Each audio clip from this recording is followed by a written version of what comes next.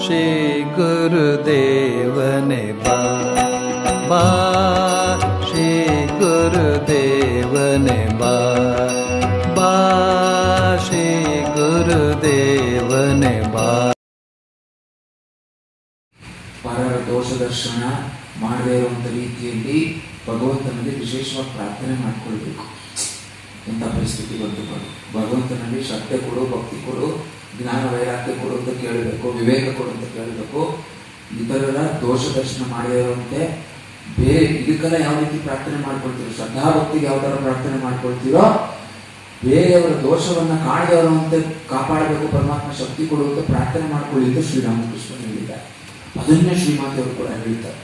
ಶ್ರೀಮಾತೆಯವರು ಹೇಳಿದ್ದೆಲ್ಲ ಮಾಡಿ ತೋರಿಸಿದ್ದಾರೆ ಶ್ರೀಮಾತೆಯವರು. ಶ್ರೀರಾಮಕೃಷ್ಣರು ಅಷ್ಟೇ, ಮಹಾಪುರುಷರೆಲ್ಲ ಅಷ್ಟೇ. ಅವ್ರಿಗೆ ಬೇರೆಯವರ ದೋಷ ದರ್ಶನ ಮಾಡೋದಕ್ಕಾಗಲ್ಲ ಅವ್ರ ಕೈ, ಅದನ್ನ ಬೇಗಂತವ್ರು. ನಮಗದೇನೋ ಒಂದು ಮನಸ್ಥಿತಿ ಬಂದ್ಬಿಟ್ಟಿರುತ್ತೆ ನಮಗೆ, ಅದರಿಂದ ಬಹಳ ಸುಲಭ ನಾವು ಮಾಡ್ತೀವಿ. ಹೇಗೆ ಹೋಗ್ಲಾಡಿಸ್ಕೊಳ್ಳೋದು, ಆ ಮನಸ್ಸಿನ ಮಟ್ಟದಿಂದ ಮೇಲೆ ಏರಬೇಕು ನಾವು, ಆಗ ಮಾತ್ರ ನಮಗೆ ಮಾಡೋದಕ್ಕೆ ಸಾಧ್ಯ ಆಗುತ್ತೆ ಅಂತ. ಅದೇ ರೀತಿಯಾಗಿ ಮಾಡಬೇಕು ಅಂತ ಶ್ರೀಮಾತೆ ಶಾರದೇವರು ಹೇಳ್ತಾರೆ. ನೋಡಬಾರ್ದು ಅಂತ ಅವ್ರು ಪ್ರಾರ್ಥನೆ ಮಾಡಿದ್ದು ಅವ್ರ ಜೀವನದಲ್ಲಿ 2-3 ಘಟನೆ ಬರುತ್ತೆ. ಭಗವಂತನಲ್ಲಿ ಬಹಳ ತೀವ್ರವಾಗಿ ಪ್ರಾರ್ಥನೆ ಮಾಡ್ತಾರೆ ಶ್ರೀಮಾತೆಯವರು. ಬೇರೆಯವರ ದೋಷವನ್ನು ದರ್ಶನ ಮಾಡುವಂತಹ, ದೋಷವನ್ನು ಕಾಣುವಂತ ನನ್ನ ಸ್ವಭಾವವನ್ನ ಕಿತ್ತಾಕ್ಬಿಡು, ನನ್ನ ಮನಸ್ಸು ಪವಿತ್ರವಾಗಿರಲಿ ಅಂತ ಕೇಳ್ಕೊಳ್ತಾರೆ. ಆಯ್ತು, ದೋಷ ದರ್ಶನ ಮಾಡಬಾರ್ದು, ನಿಂದೆ ಮಾಡ್ಬೇಕಾ, ಹೌದು ಮಾಡ್ಬೇಕು, ಆತ್ಮನಿಂದನೆ ಮಾಡ್ಕೊಳ್ಬೇಕು ಅಂದ್ರೆ ಆತ್ಮಾವಲೋಕನ, ಆತ್ಮ ನಿರೀಕ್ಷಣೆ, ಇಂಟ್ರಾಸ್ಪೆಕ್ಷನ್ ಅಷ್ಟೇ. ಸಕಾರಾತ್ಮಕವಾಗಿ ಏನ್ ಮಾಡ್ಬೇಕು ಅಂದ್ರೆ ಯಾವುದೇ ವ್ಯಕ್ತಿಯಾಗಿ ಅವನಲ್ಲಿರುವಂತ ಸಕಾರಾತ್ಮಕವಾದದಲ್ಲಿ ನೋಡ್ಬೇಕು, ಪಾಸಿಟಿವ್ ಸೈಡ್ ನೋಡ್ಬೇಕು. ನೆಗೆಟಿವ್ ಸೈಡ್ ನೋಡಬಾರ್ದು. ಸರಿ, ಪಾಸಿಟಿವ್ ಸೈಡ್ ಅದು ನೋಡೋದನ್ನ ಕಲ್ತ್ಕೊಳ್ಳೋದ್ರೆ ನೆಗೆಟಿವ್ ಕಾಣಿಸುತ್ತೆ ನಮ್ಗೆ. ಪಾಸಿಟಿವ್ ನೋಡೋದು ಕಲ್ತ್ಕೊಳ್ಬೇಕು ಪ್ರತಿಯೊಬ್ಬರಲ್ಲಿ. ಹಾಗೆ ಮಾಡಿದಾಗ ನಮ್ಮ ಮನಸ್ಸು ಸ್ವಲ್ಪ ವಿಕಾಸ ಆಗ್ತದೆ. ಯಾವ ಮನಸ್ಸಲ್ಲಿ ವಿಕಾಸ ಆಗಿದೆಯೋ ಆ ಮನಸ್ಸಿನಲ್ಲಿ ಶಾಂತಿ ಮತ್ತು ಆನಂದ ನೆಲೆಸಿರುತ್ತೆ. ಭಗವಂತನ ಜಪ ಧ್ಯಾನಗಳಿಗೆ ಅನುಕೂಲ ಆಗುತ್ತೆ ಅಂತ. ಇನ್ನೊಬ್ಬರಲ್ಲಿರುವಂತ ಒಳ್ಳೆ ಗುಣಗಳನ್ನ ಗುರುತಿಸಿ ಕೆಲವೊಮ್ಮೆ ಎತ್ತಿ ಕೂಡ ಹೇಳಬೇಕು ನಾವು. ಆ ರೀತಿಯಾಗಿ ಮಾಡದೇ ಇದ್ರೆ ಸ್ವಾಮಿ ಬ್ರಹ್ಮಾನಂದರು ಹೇಳ್ತಾರೆ, ನೀನು ಹೆಚ್ಚು ಪ್ರಗತಿ ಹೊಂದೋದಕ್ಕಾಗೋದಿಲ್ಲ ನಿನ್ನ ಕೈಲಿ. ನೀನು ಯಾವಾಗ ಇತರರ ಒಳ್ಳೆಯದನ್ನ ಗುರುತಿಸಿ ಹೇಳಿದ್ಯೋ ಆಗ ಮಾತ್ರ ನೀನು ಕೂಡ ಬೆಳೀತೀಯ, ನೀನು ಕೂಡ ಪ್ರಗತಿ ಹೊಂದ್ತೀಯ. ಇಲ್ಲದೆ ಇದ್ರೆ ನಿನ್ನ ಮನಸ್ಸು ಬಹಳ ಚಿಕ್ಕದಾಗ್ಬಿಡ್ತಿದೆ. ಯಾವ ಮನಸ್ಸು ಎಕ್ಸ್ಪ್ಯಾಂಡ್ ಆಗಿರ್ಬೋದು, ಪ್ರಗತಿ ಹೊಂದಿರ್ಬೋದು, ಅದರಿಂದ ನೀನು ಹೆಚ್ಚಿನ ಮಾಡೋದನ್ನ ಕಷ್ಟ ಆಗುತ್ತೆ.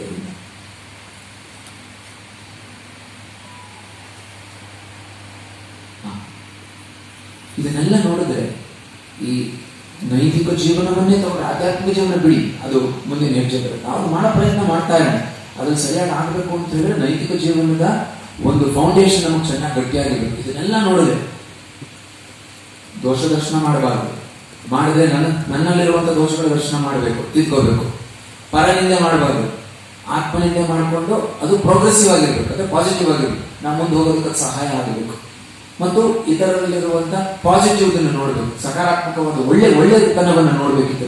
ಇದನ್ನೆಲ್ಲ ಗಮನಿಸಿದ್ರೆ ಇದೆಲ್ಲದಕ್ಕೂ ಸಾಕಷ್ಟು ಶಕ್ತಿ ಬೇಕು. ಆಧ್ಯಾತ್ಮಿಕ ಜೀವನಕ್ಕೆ ಶಕ್ತಿ ಬೇಕು ಅಂತ ನೈತಿಕ ಜೀವನವನ್ನು ನಡೆಸಬೇಕಾದ್ರೆ ಸಾಕಷ್ಟು ಶಕ್ತಿ ಬೇಕು. ಸತ್ಯ ಹೇಳಬೇಕಾದ್ರೆ ಶಕ್ತಿ ಬೇಕು, ಅಹಿಂಸೆ ಪರಿಪಾಲನೆ ಮಾಡಬೇಕಾದ್ರೆ ಶಕ್ತಿ ಬೇಕು, ನಿಸ್ವಾರ್ಥಿಯಾಗಿರ್ಬೇಕಾದ್ರೆ ಶಕ್ತಿ ಬೇಕು. ಇದು ಸ್ವಾಮಿ ವಿವೇಕಾನಂದರ ಮೂಲ ಮಂತ್ರ. ಶಕ್ತಿ ಇದ್ರೆ ಮಾತ್ರ ಏನಾದರೂ ಮಾಡಕ್ಕಾಗುತ್ತೆ. ಶಕ್ತಿ ಅಂದ್ರೆ ನಾವು ಶಾರೀರಿಕ ಶಕ್ತಿ ಮಾತ್ರ ಅಲ್ಲ, ಮಸಲ್ ಪವರ್ ಮಾತ್ರ ಅಲ್ಲ, ಅದು ಬೇಕು, ಆರೋಗ್ಯಕ್ಕೆ ಇತ್ಯಾದಿ ಅದು ಬೇಕು. ಆದರೆ ಇವೆಲ್ಲ ಮಾಡಬೇಕು, ಇನ್ನೂ ಹೆಚ್ಚಿನ ಶಕ್ತಿಯನ್ನು ಬೇಕಾಗ್ತದೆ ನಮಗೆ. ಎಷ್ಟೋ ಸರಿ ನಮ್ಮ ಜೀವನದಲ್ಲಿ ಅನಿಸ್ತದೆ ನಮ್ಗೆ, ಯಾರು ಏನಾದ್ರು ನಮ್ಮ ಹತ್ರ ಕಟುವಾಗಿ ನಡ್ಕೊಂಡ್ಬಿಟ್ರೆ, somebody behaves very badly with us, ಕಟುವಾಗಿ ಮಾತಾಡ್ಬಿಟ್ರೆ, ನಮ್ಮ ಹತ್ರ ಕಟುವಾಗಿ ನಡ್ಕೊಂಡ್ಬಿಟ್ರೆ ಎಷ್ಟು ಮನಸ್ಸಲ್ಲ ಕೆಟ್ಟು ಹೋಗ್ಬಿಡ್ತಿದ್ದ. ನಮ್ಮ ಮನೆಯಲ್ಲಿರೋರೇ ಇರ್ಬೋದು, ಏನಾದ್ರು ಹೇಳ್ಬಿಟ್ರೆ ಎಷ್ಟು ಮನಸ್ಸು ಕೆಟ್ಟು ಹೋಗ್ಬಿಡ್ತಿದೆ ನಮಗೆ. ಅದನ್ನೆಲ್ಲ ಸರಿಯಾಗಿ ತಗೊಂಡು ಒಳಗಡೆ, ಹೌದಪ್ಪ ಏನೋ ಹೇಳಿದ್ದಾರೆ ನನ್ನ ಬಗ್ಗೆ, ನನಗೇನೋ ಹೇಳಿದ್ದಾರೆ, ಅದು ನಿಜನಾ? ನಿಜ ಆದರೆ ಸರಿ ಮಾಡ್ಕೊಳ್ಳೋಣ, ಅದು ನಿಜ ಅಲ್ವಾ, ನುಂಗ್ ಹಾಕ್ಕೊಳ್ಳೋಣ. ಈ ರೀತಿ ಮಾಡ್ಬೇಕಾದ್ರೆ ಎಷ್ಟು ಶಕ್ತಿ ಬೇಕು. ನಾವು ಯಾರನ್ನು ಹೇಳಿದ್ರು ಅಂದ್ರೆ ವರ್ಷಗಟ್ಟಲೆ ಅದನ್ನು ಹಿಡ್ಕೊಂಡ್ಬಿಡ್ತೀವಿ ತಲೆ ಒಳಗಡೆ. ಯಾವ ಮನಸ್ಸಿಗೆ ಬೇರೆಯವರು ಹೇಳಿರುವಂತ ಟೀಕೆ ನಿಂದೆಗಳನ್ನ ಅರಗಿಸಿಕೊಳ್ಳುವಂತ ಶಕ್ತಿ ಇದೆಯೋ ಆ ಮನಸ್ಸು ಬಹಳ ಶಕ್ತಿಯುತವಾದಂಥ ಮನಸ್ಸು ಅಂತ. Blessed is the heart that does not collect resentments. Resentment ಅಂದ್ರೆ ಯಾರೋ ಹೇಳಿದ್ರು ಮಾಡಿದ್ರು ಅದೇ ತಲೆ ಉಳ್ಕೊಂಡು ಎಷ್ಟು ವರ್ಷ ಆದ್ರೂ ತಲೆ ಉಳ್ಕೊಂಡಿರ್ತದೆ ಅದೇ. ಅದನ್ನು ಬಿಟ್ಬಿಡೋದಿದೆಯಲ್ಲ, ಅದು ತುಂಬಾ ಶಕ್ತಿ ಬೇಕು. ನಾವು ಅನ್ಕೊಂಡಿದೀವಿ ಅದನ್ನ ನಾವು ಗಟ್ಟಿಯಾಗಿ ಹಿಡ್ಕೊಂಡಿದೀವಿ, ಅದನ್ನ ಸ್ವಲ್ಪ ನಮ್ಗೆ ಶಕ್ತಿ ಇದೆ. ಬಿಡೋದ್ರಲ್ಲೇ ಇರೋದು ಶಕ್ತಿ, ಮತ್ತು ಬಿಡೋದ್ರಲ್ಲೇ ನನ್ನ ಶ್ರೇಯಸ್ಸಿರೋದು ಅಂತ ಗೊತ್ತಾಗಿ ಆ ರೀತಿಯಾಗಿ ಮಾಡಬೇಕು ಅಂತ ಒಬ್ಬರಲ್ಲ ಇಬ್ಬರಲ್ಲ ಎಲ್ಲ ಅವತಾರ ಕೊಟ್ಟು ಸಾಧಿಸ ಪುರುಷರು, ಎಲ್ಲ ವಿಶ್ವದ ಎಲ್ಲ ಶ್ರೇಷ್ಠ ಗ್ರಂಥಗಳು ಹೇಳುವಂಥ ಮಾತು. ನಾವು ಅಂಥದ್ದನ್ನು ಬಿಡೋದನ್ನು ಕಲಿಬೇಕು. ಮನಸ್ಸಲ್ಲೇ ಇಟ್ಕೊಂಡು ಕೂತ್ಕೊಂಡ್ಬಿಡುತ್ತೀವಿ, ತುಂಬಾ ಕಷ್ಟ ಆಗ್ತದೆ ಎಂಬುದನ್ನ. ಅದ್ರ ಬಿಡೋದಕ್ಕೆ ತುಂಬಾ ಶಕ್ತಿ ಬೇಕು. ಅಭ್ಯಾಸ ಮಾಡಬೇಕು. ಒಮ್ಮೆಲೆ ಬರಲ್ಲ, ಯಾವುದೂ ಒಮ್ಮೆಲೆ ಬರಲ್ಲ.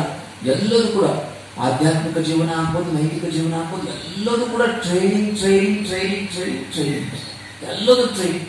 ಮತ್ತೆ ಮಾಡಬೇಕು. ಸರಿ ಮಾಡೋಕ್ಕಾಗಲಿಲ್ಲ, ಸರಿ ಮಾಡಿ, ಇನ್ನೂ ಚೆನ್ನಾಗಿ ಮಾಡಿ, ಇನ್ನೂ ಚೆನ್ನಾಗಿ ಮಾಡಿ. ವರ್ಷಾನುಗಟ್ಟಲೆ ಹಿಡಿಸ್ತದೆ, ವರ್ಷಾನುಗಟ್ಟಲೆ ಹಿಡಿಸ್ತದೆ. ಅದು ಯಾರು ನಿಷ್ಠೆಯಿಂದ ಶ್ರದ್ಧೆಯಿಂದ ಮಾಡ್ತಾರೋ ಖಂಡಿತವಾಗ್ಲೂ ಅವರು ಬೇಗ ಬೇಗ ಪ್ರಗತಿ ಹೊಂದೋದಕ್ಕೆ ಸಾಧ್ಯ ಅಂತ ಹೇಳಿ ನಿಮ್ಮೆಲ್ಲರಿಗೂ ಶುಭಾಶಯಗಳು.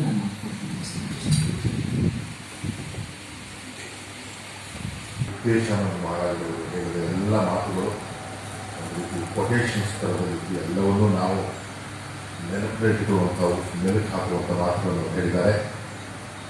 ಮೂಲತಃ ಅವರು ಶ್ಯಾಮ್ ಭವಾನಂದಜಿಯವರು ಸ್ಥಾಪಿಸಿದ ವಿದ್ಯಾಶಾಲೆಯ ಜವಾಬ್ದಾರಿಯನ್ನು ಹೊತ್ಕೊಂಡಿದ್ದಾರೆ. ತಮ್ಮ ಗಮನಕ್ಕೆ 2 ವಿಷಯಗಳನ್ನು ತರೋದಕ್ಕೆ ಇಷ್ಟಪಡ್ತೀನಿ.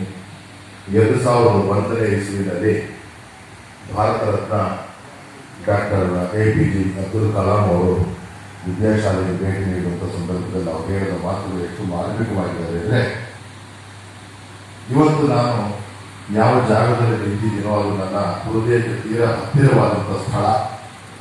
ಯಾಕಂತ ಹೇಳಿದ್ರೆ ಇಲ್ಲಿ ವಿಜ್ಞಾನ ಮತ್ತು ಆಧ್ಯಾತ್ಮ ಎರಡೂ ಮೇಳೈಸಿಕೊಂಡಿದ್ದಾರೆ.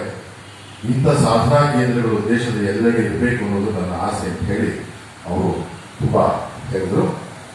ಅದಾದ ನಂತರದ ದಿನಗಳಲ್ಲಿ ಇನ್ಫೋಸಿಸ್ ಫೌಂಡೇಶನ್ನ ನಾರಾಯಣ ಮೂರ್ತಿಯವರು ವಿದ್ಯಾಶಾಲೆಗೆ ಭೇಟಿ ನೀಡಿದ ಸಂದರ್ಭದಲ್ಲಿ ಅಲ್ಲಿಯ ಮಕ್ಕಳ ಚೈತನ್ಯ, ಶ್ರದ್ಧೆ, ಕೆಲಸ ಕಾರ್ಯಗಳು, ನೈಪುಣ್ಯ ಇವನ್ನೆಲ್ಲ ನೋಡಿದ ಮೇಲೆ ಇದೇ ರೀತಿಯ 10,000 ಶಾಲೆಗಳು ನಮ್ಮ ದೇಶದ ಎಲ್ಲೆಡೆ ಇದ್ದರೆ ನೀವು ಊಹಿಸ್ಕೊಳ್ಳಿ, ಬಹುಶಃ ನಮ್ಮ ದೇಶ ಯಾವ ಆಧ್ಯಾತ್ಮಿಕ ಮತ್ತು ನೈತಿಕ ಒಂದು ಬಲವನ್ನು ಹೊಂದುತ್ತೆ ಅಂತ ಹೇಳಿ ಆ ಮಾತನ್ನು ಹೇಳಿದರು.